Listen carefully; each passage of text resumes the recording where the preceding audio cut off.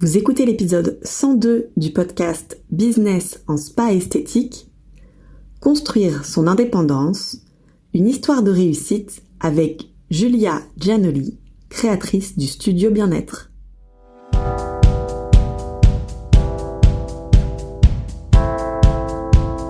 Bienvenue sur Business en spa esthétique, le premier podcast du secteur du spa et de l'esthétique en France. Je suis Tiffaine Modeste, la créatrice et directrice d'Expertise Spa Bien-être, et avec mon équipe, nous accompagnons les professionnels du spa et de l'esthétique qui veulent réussir. À chaque épisode de ce podcast, je vous propose de découvrir les meilleures astuces que j'ai mises en place au cours de ma carrière et qui m'ont permis d'atteindre le 1 million d'euros de chiffre d'affaires, les outils que je partage avec nos clientes et leurs histoires de réussite, et les témoignages des grands acteurs de notre secteur.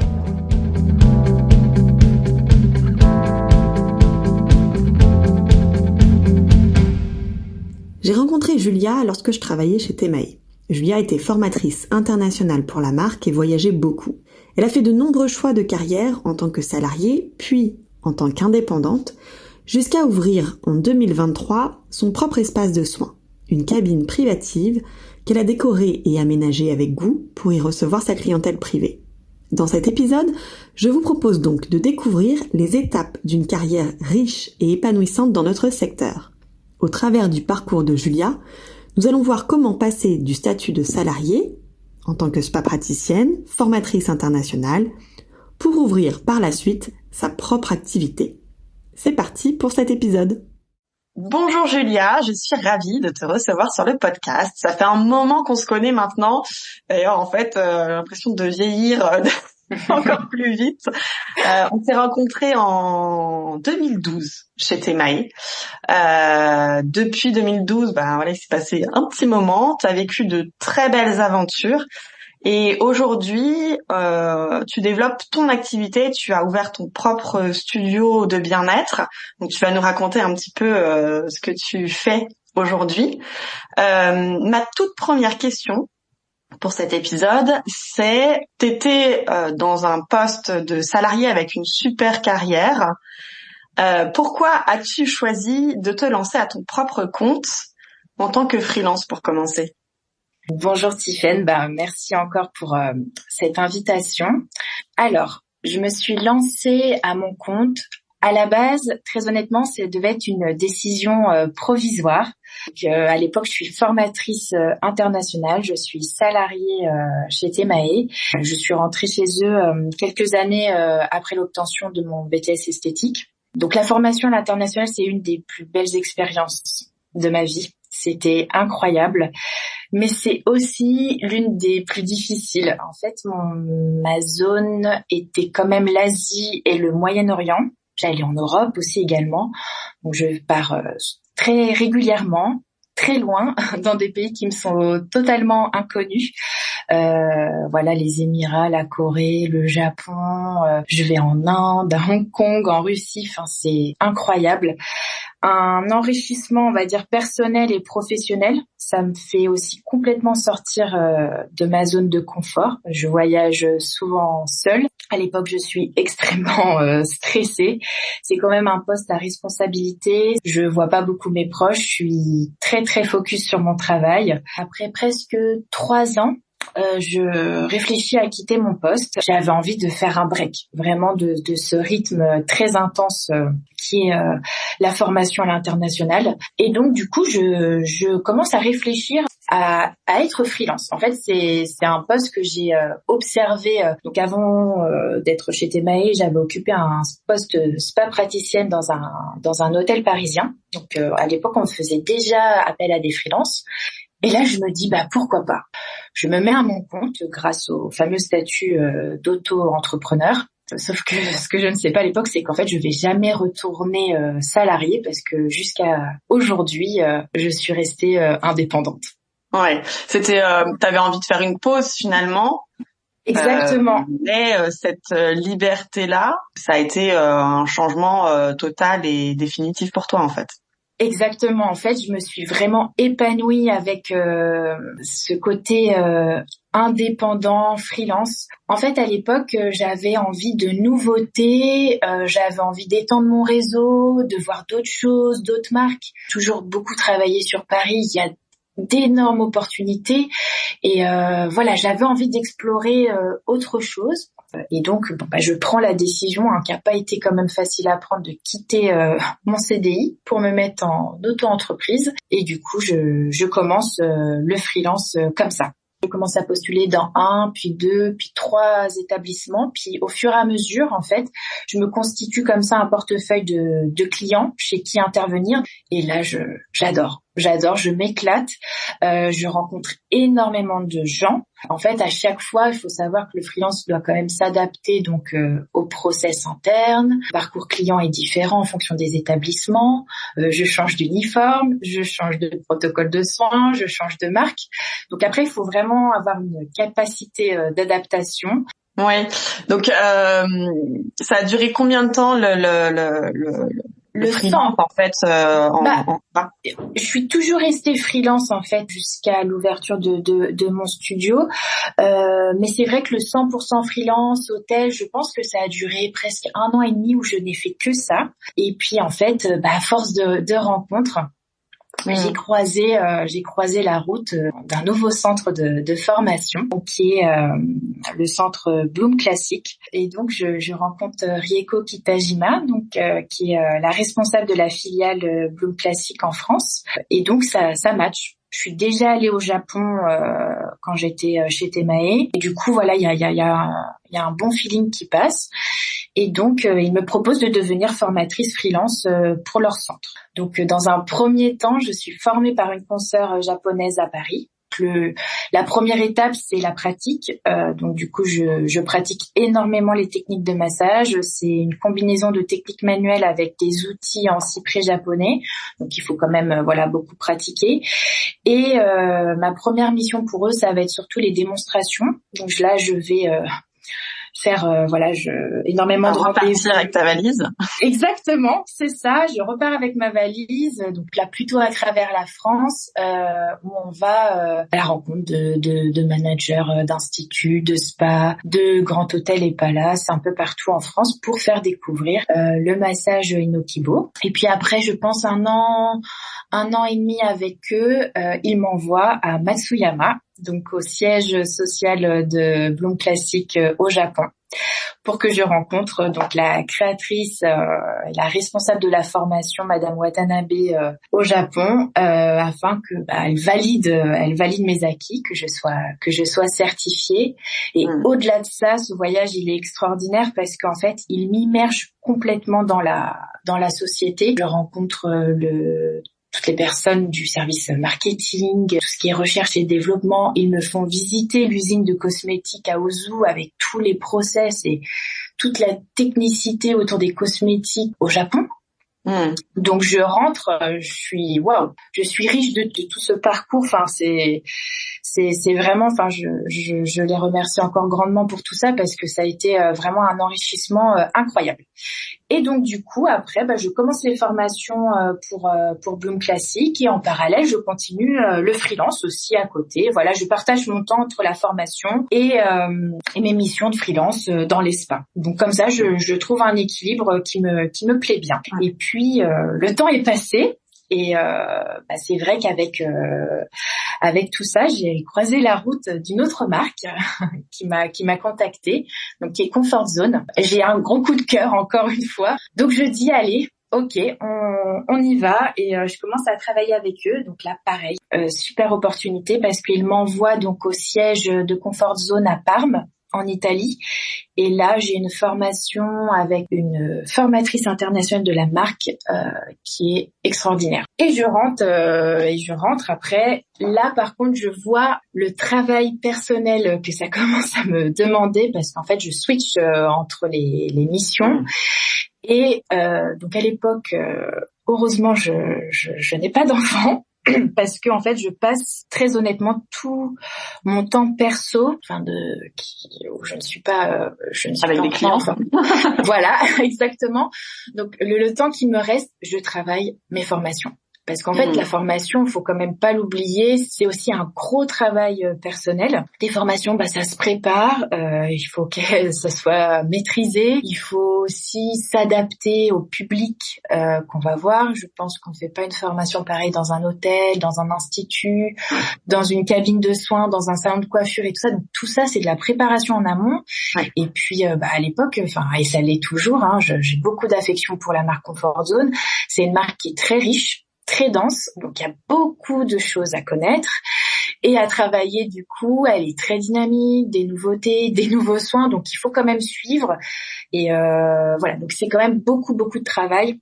Donc Comfort Zone, je vais travailler avec eux pendant 1 an et demi à peu près, parce que voilà, je sens qu'après il me faudrait même presque plus de temps, quoi, pour vraiment être à 100%, et qu'à un moment je me rends compte qu'il faut peut-être faire des choix, faire des choix. Et puis je me dis que ça va rester comme ça, et puis en fait non, parce que je croise la route d'une autre personne. Pour une mission un peu différente, je rencontre Donatien Bertrand, qui est le créateur de l'école européenne de bien-être, et qui cherche à l'époque une formatrice. Alors c'est plus pour ses parcours collectifs. En fait, l'école propose des formations de praticiens bien-être sur plusieurs semaines, où on enseigne différents massages du monde à un public, cette fois-ci en reconversion professionnelle. Donc là, ça n'a rien à voir avec ce que j'ai fait. Complètement différent. Moi, j'ai toujours eu face à moi des professionnels du bien-être et de la beauté. Donc là, il faut reprendre toutes les bases en fait de notre métier. Et je me retrouve face à des RH, des comptables, des aides-soignants. Et en fait, là, je change complètement ma façon de travailler. La prise en charge n'est pas du tout la même au niveau de la formation. Voilà, il faut poser toutes les fondations. Pour moi, c'est un enrichissement. Je pense que ça me fait vraiment explorer encore une autre partie de mon métier de formatrice, en fait, face à ce public totalement différent, que je vais rencontrer. Ok. Après ça, je crois que tu vas commencer à te spécialiser. Qu'est-ce qui se passe de ton côté? Entre 2016 et 2018, je commence à m'intéresser énormément à toute la mouvance autour du facialisme. Il y a beaucoup de praticiennes qui mettent en avant tous ces magnifiques massages du visage. J'avais vu un peu les prémices de ça quand je travaillais pour Temae. On fait aller par exemple 4 fois en Corée du Sud, et déjà je dévalisais absolument tous les concept stores de cosmétiques en Corée, parce qu'en fait il y avait des choses qu'on n'avait pas du tout. J'étais hyper bluffée par tout ce qui sortait. Je te parle de ça il y a 15 ans, donc voilà. Là, nous, le marché de la cosmétique a complètement évolué ces dernières années, mais il y a 15 ans, les Coréens étaient vraiment en avance sur beaucoup de choses. Et en fait, je voyais aussi mes collègues en fin de formation, elles prenaient un temps pas possible à refaire leur routine de soins, à se tapoter le visage, à se masser, elles appliquaient un SPF même en plein hiver, enfin des choses qui nous paraissent beaucoup plus actuelles. Mais moi, à l'époque, je les regarde quand même avec beaucoup d'intérêt. On travaillait, nous déjà à l'époque chez TMA avec des ridoki. Elles utilisent des ridoki sur elles. Elles font plein d'automassage. Déjà, je me dis waouh, c'est assez sympa. Et c'est un peu les prémices en fait de ce qui va arriver chez nous derrière. Et donc, moi à l'époque, grâce aussi pas mal au réseau, je commence à suivre pas mal de praticiens, et je me dis non mais c'est incroyable, et je découvre un concept, je pense à l'époque, qui était surtout basé en Angleterre et aux États-Unis, qui s'appelle Face Gym. Donc c'est un corner, c'est des corners de soins et massages faciaux express, avec des résultats assez époustouflants. Donc je guette ce qu'ils font. Et je guette surtout ce qui se passe en France. Et là, je découvre Season Me. Et quand ils ouvrent leur premier skin studio à Paris, je postule. Quelques mois après, je postule comme freelance. Et là, voilà, une grosse découverte parce que je découvre une nouvelle facette de mon métier qui est le massage du visage et là je tombe complètement amoureuse de tout ça. Je trouve que ce sont des techniques qui peuvent être époustouflantes en termes de résultats. Voilà, je tombe amoureuse de ce nouveau métier et puis je tombe enceinte. Je vais basculer juste avant mon congé maternité, donc je ralentis un peu les soins et je bascule un peu sur la formation des nouvelles recrues. Et puis ensuite, je fais une petite pause pour mon congé maternité. Et puis là, on a souvent les questions existentielles qui se posent à ce moment-là. Tu as ensuite choisi finalement d'ouvrir ton propre espace de soins. Est-ce que tu peux nous raconter comment comment t'es passé de la décision de j'ai une carrière hyper riche, très remplie, avec plein de choses qui te passionnaient et on le sent quand tu le racontes. Comment t'as pris cette décision de dire bon allez là je vais me stabiliser, en fait me poser et ouvrir mon propre espace de soins? Clairement, Tiffaine, c'est l'arrivée de ma fille. Ça a vraiment tout bouleversé. En fait, ça a bouleversé alors dans positivement, mais mon quotidien professionnel, il a été complètement bousculé. En fait, quand je reprends le travail, après mon congé maternité, là, je me dis que ma vie d'avant va être un petit peu différente. Ma vie actuelle sera différente de celle d'avant. Et au début, je me perds. En fait, je me perds complètement parce que moi, je suis dans une configuration où je travaille à Paris et j'habite en région parisienne. Beaucoup de gens vont m'en comprendre, mais je passe un temps fou dans les transports. Bon, sauf qu'avant, c'était mon quotidien et je me posais pas trop de questions. Mais quand on a un petit nourrisson qui nous attend, on se rend compte du temps qu'on perd et de toute cette énergie qu'on met aussi dans tout ça. Et l'autre chose aussi, c'est qu'il faut quand même en avoir conscience, c'est que quand on est freelance, on est là pour pallier à un manque au niveau des équipes, pour soutenir pendant des périodes de forte activité. Donc, il faut quand même être disponible le week-end, en soirée, et que là, avec un enfant, j'ai du mal à trouver mon équilibre, que ça soit très honnêtement, un équilibre financier, c'est très compliqué, un équilibre pro et personnel, et voilà. Donc je sens que j'ai besoin de retrouver un peu de stabilité, que c'est compliqué de courir à gauche à droite. Et en fait, je rejoins Angélique. Angélique, c'est la gérante du salon d'Angélique, qui est dans le 8e arrondissement. Et Angélique, je l'ai rencontrée pendant une formation Comfort Zone. En fait, on a eu un petit coup de cœur. Enfin, en tout cas, moi j'ai eu un coup de cœur pour la personne. C'est Angélique, elle est coiffeuse coloriste et spécialiste du hair spa. Pour moi, c'est une des pionnières du hair spa en France. Elle est vraiment incroyable et en fait, elle a vraiment cette approche du bien-être, du soin, du parcours client et voilà. Donc je l'apprécie beaucoup et en fait, elle avait une cabine de soins. Elle n'avait plus de praticienne et elle me propose de la rejoindre. Donc je suis hyper contente de poser un petit peu mes valises chez elle. Et aussi, grâce à ça, je me rends compte que je peux fidéliser de la clientèle parce que très honnêtement, ces dernières années, le freelance, en fait, c'est ça.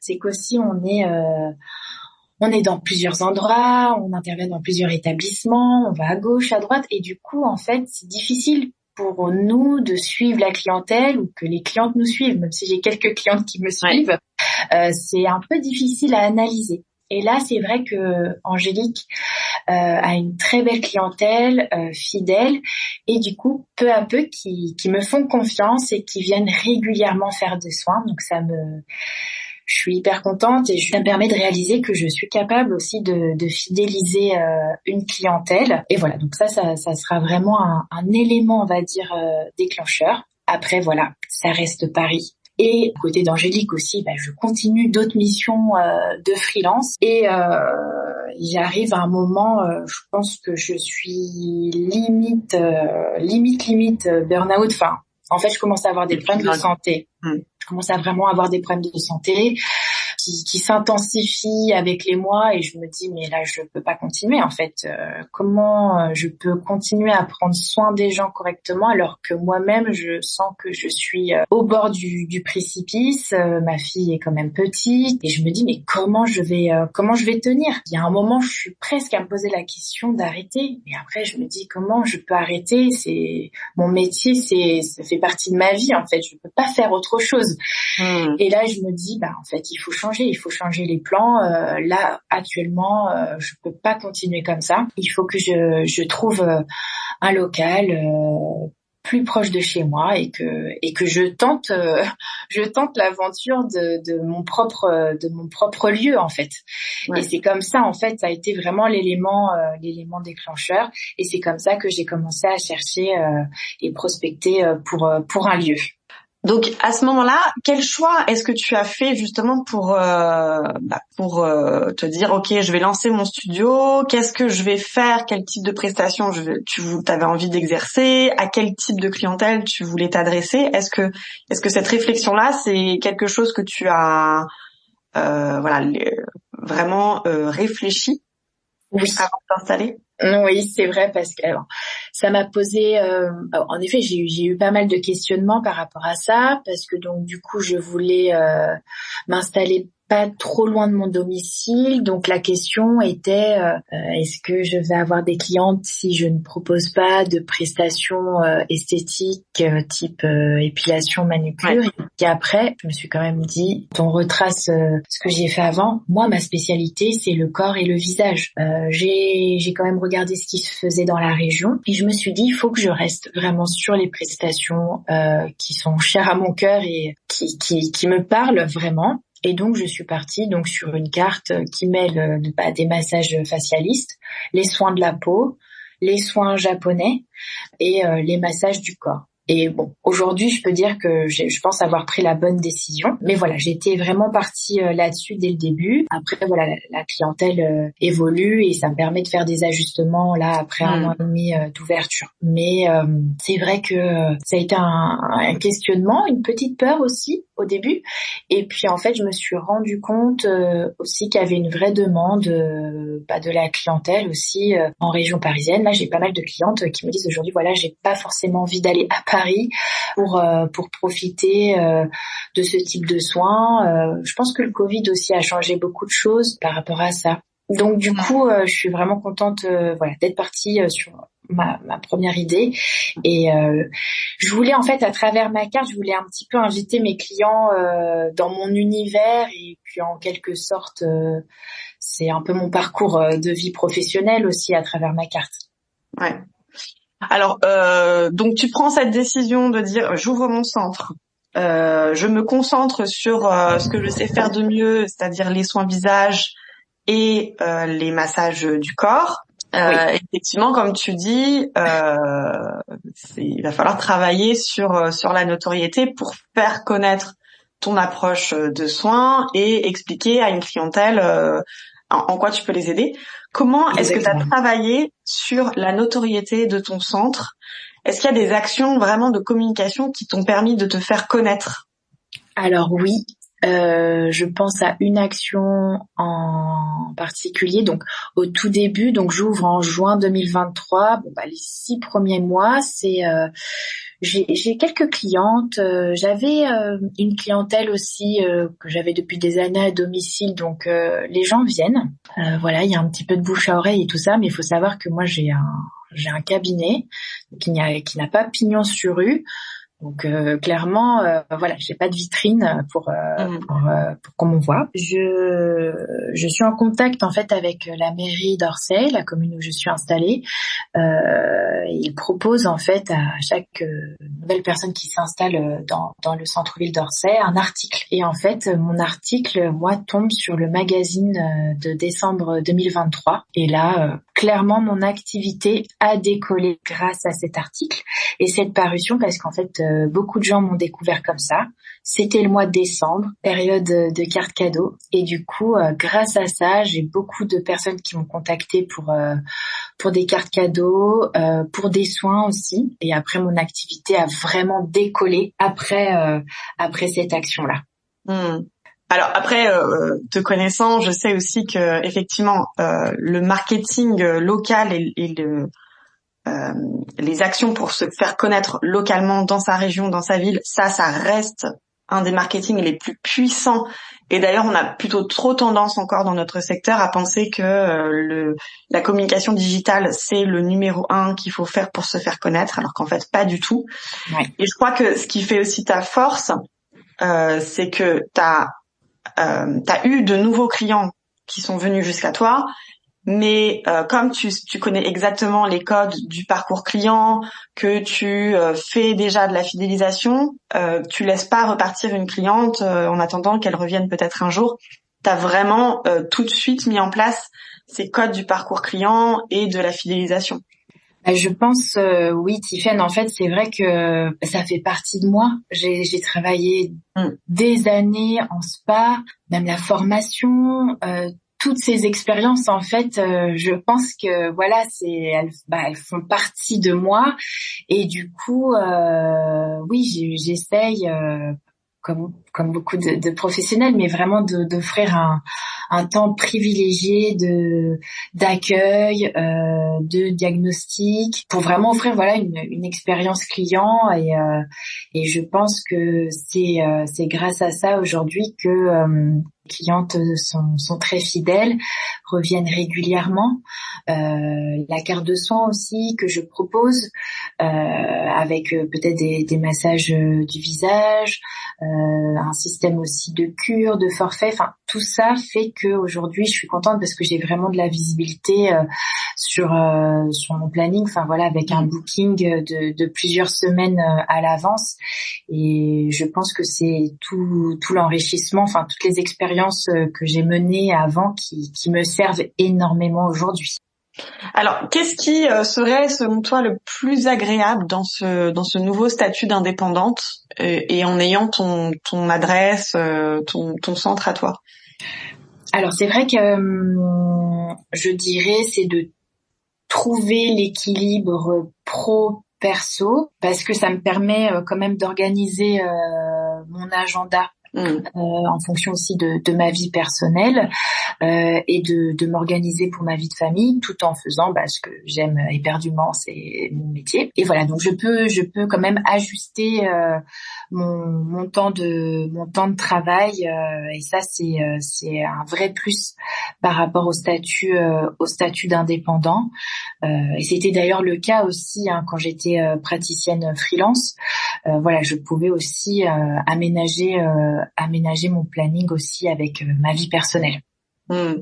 Alors qu'est-ce que du coup, qu'est-ce qui serait qu'est-ce qui est devenu le plus difficile avec ce statut d'indépendant au contraire? Avant d'ouvrir mon studio, je dirais par exemple quand j'ai eu mon congé maternité, très clairement, voilà, on n'a pas la même sécurité de l'emploi que un salarié.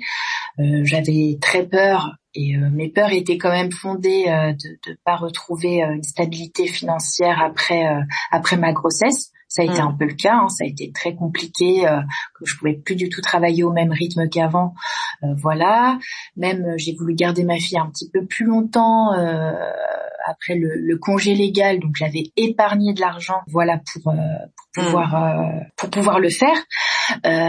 Voilà, je pouvais pas poser, je pouvais pas plonger, voilà, c'est quelque chose qu'il faut anticiper financièrement. Et là actuellement, on va dire, je dirais, ce qui est le plus difficile, c'est de tout gérer toute seule,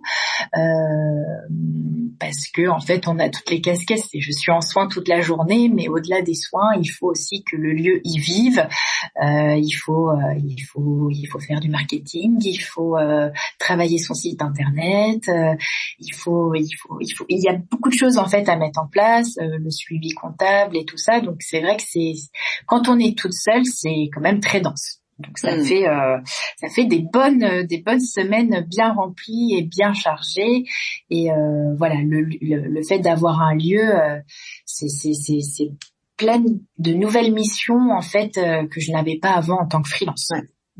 Alors justement, comment tu gères toute cette partie, notamment la partie financière de ton activité?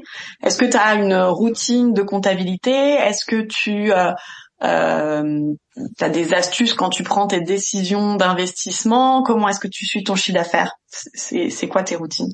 Alors, très honnêtement, Tiffany, c'est vrai que moi, cette partie administrative, financière au début, voilà, c'est vraiment pas mon truc. Mais voilà, là avec le nouveau lieu, le studio, je me suis dit qu'il fallait vraiment que je m'y mette. Donc déjà, dans un premier temps, j'ai trouvé un cabinet comptable avec lequel je me sens vraiment bien, une super équipe où je me sens quand même bien accompagnée. Mais je me suis dit qu'il était vraiment, enfin, c'est indispensable aussi d'être aussi maître de ma situation financière. Donc pour ça, j'ai trouvé beaucoup d'aide en fait dans les outils que vous proposez à ESBE, avec des cours en ligne, notamment pour établir voilà un tableau de bord et un suivi de son chiffre et de ses dépenses, voilà, pour y voir plus clair. Honnêtement, je suis restée très longtemps avec le statut d'auto-entrepreneur par confort en fait, par confort, parce que c'était très simplifié, mais bon, le problème c'est qu'à un moment ça coince et puis là avec le lieu, il était voilà primordial en effet, il n'y avait pas le choix de changer, mais ça a été pas mal de travail. Comme tu le dis très souvent, c'est un nouveau métier en fait. Moi, j'ai pas appris à être gestionnaire d'entreprise. Hein. Très clairement, c'est des nouvelles choses sur lesquelles il est vraiment. Enfin, en tout cas, moi, je sens que c'est indispensable que je continue à me former pour avoir une activité plus sereine et plus prospère.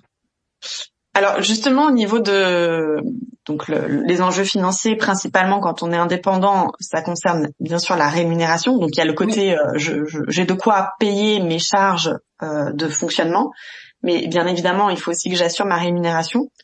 Comment ta rémunération a-t-elle évolué? Parce que quand tu es passé du statut de salarié à freelance, puis de freelance à gérante, est-ce que tu as pu maintenir une certaine stabilité financière dont tu avais besoin? Et comment t'as géré en fait ces éventuelles variations? Il y a eu en effet des variations qui étaient quand même importantes.